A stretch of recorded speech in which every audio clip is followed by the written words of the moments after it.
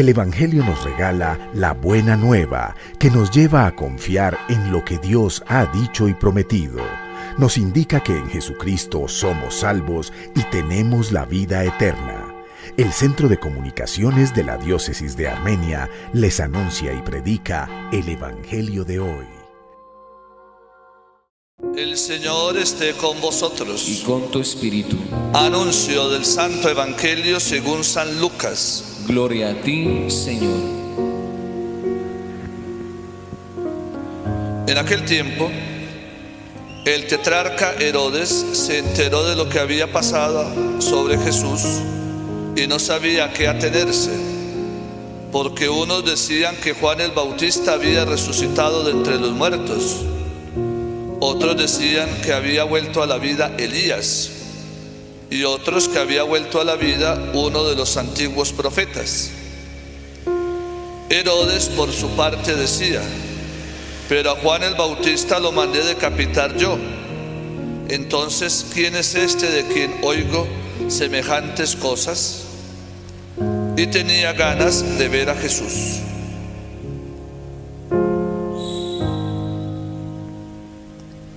Palabra del Señor. Gloria a ti, Señor Jesús. Se pueden sentar.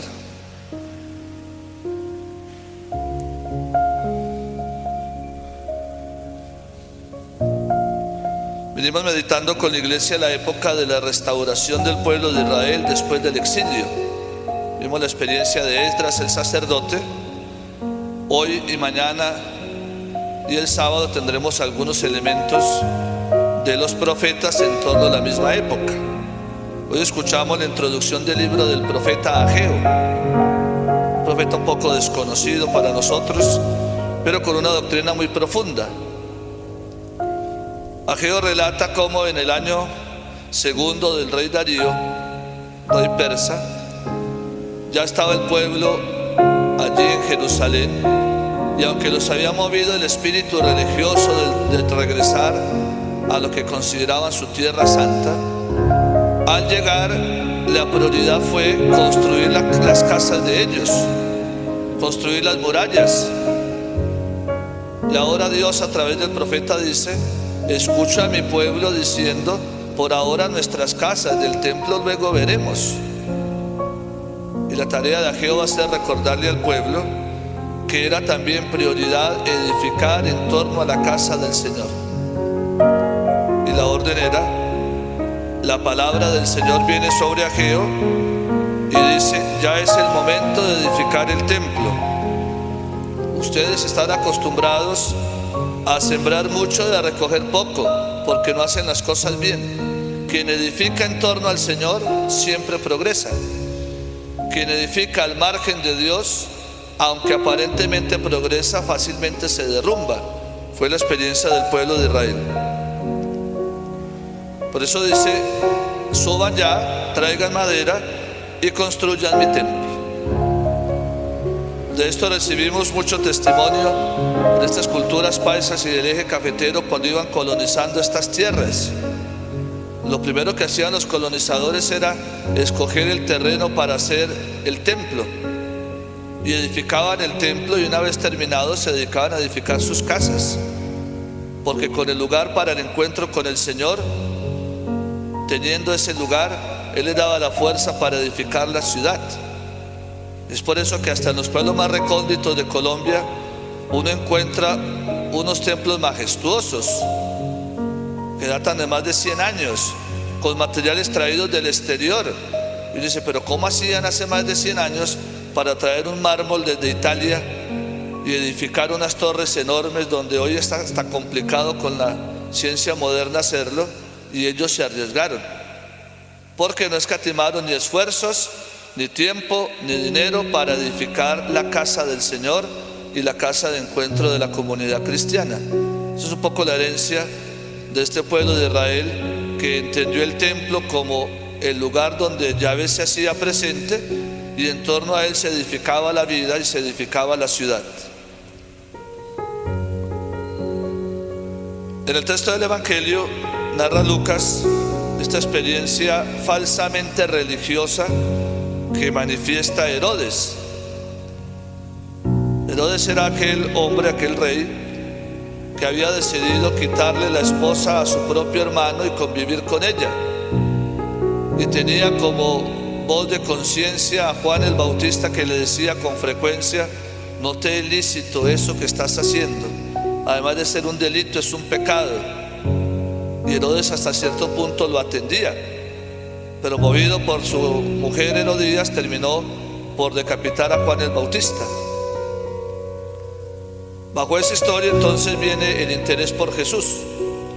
Llega noticia de un tal Jesús de Nazaret que hace milagros, que tiene poder, que la gente lo sigue. Y le llegaron noticias que los judíos afirmaban que Juan el Bautista había resucitado o que Elías había vuelto a la vida. Y Herodes dice: pero ¿cómo es posible si yo mismo le corté la cabeza al Bautista? Entonces, ¿este quién es? Y termina el evangelio: tenía ganas de ver a Jesús, no porque quería creer en él o escuchar su palabra, sino porque quería conocer como al mago de turno, al protagonista del momento que arrastraba a la gente judía para burlarse de él. Les recuerdo eso porque no todo interés por acercarse al Señor en el hombre de hoy es válido. Hay que revisar qué me mueve a mí el deseo de estar con el Señor, que me entretenga en la vida dándome milagros, o lo quiero ver para quedarme con Él, escucharlo y dejar que transforme mi vida. Cada uno tendría que revisar en su interior qué lo mueve a ver el paso del Señor en su vida, qué lo mueve a estar con el Señor. Si es un interés utilitarista de estar con Dios mientras me dé cosas, me dé beneficios, me suelte, me haga llover milagros, o quiero quedarme con Él para seguirlo en el camino, para aceptar su mensaje y su propuesta de conversión para edificar el reino. Y cada uno tendrá en su interior la respuesta.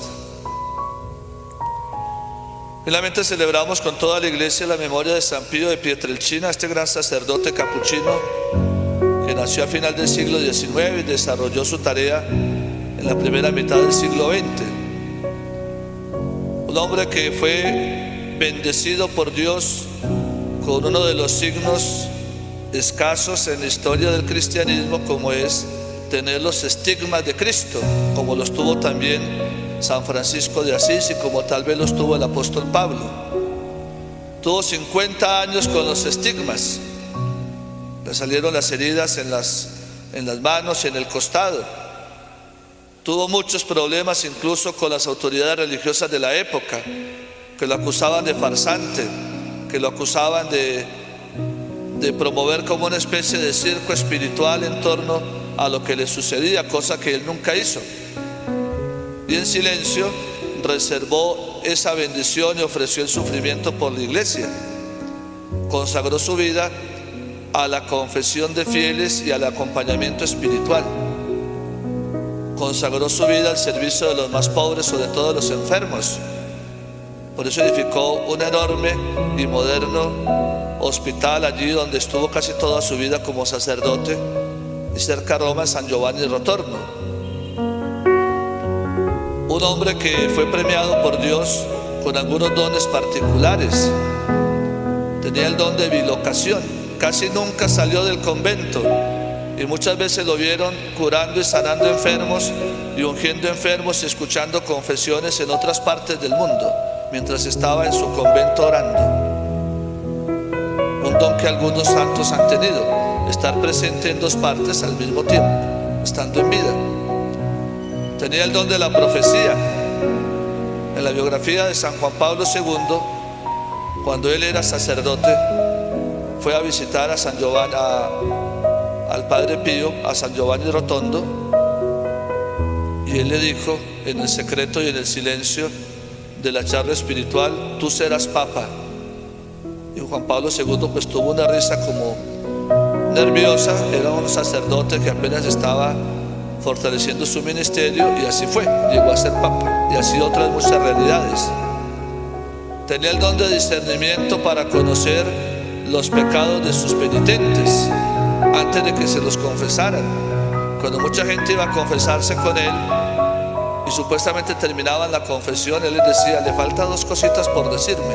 suéltelas, porque a veces muchos no las decían por vergüenza. Fue un hombre que le aportó mucho a la vida espiritual, a la realidad de ofrecerle al Señor el sufrimiento de cada día, como lo hizo él, sufrimiento en el cuerpo por los estigmas, pero también sufrimiento exterior por la adversidad, por las dificultades de la iglesia. Que Él interceda por nosotros y nos dé también la gracia, primero de valorar nuestros espacios de oración, segundo de valorar el sacramento de la confesión como una forma de liberarnos de todos aquellos pesos que nos impiden seguir al Señor más de cerca.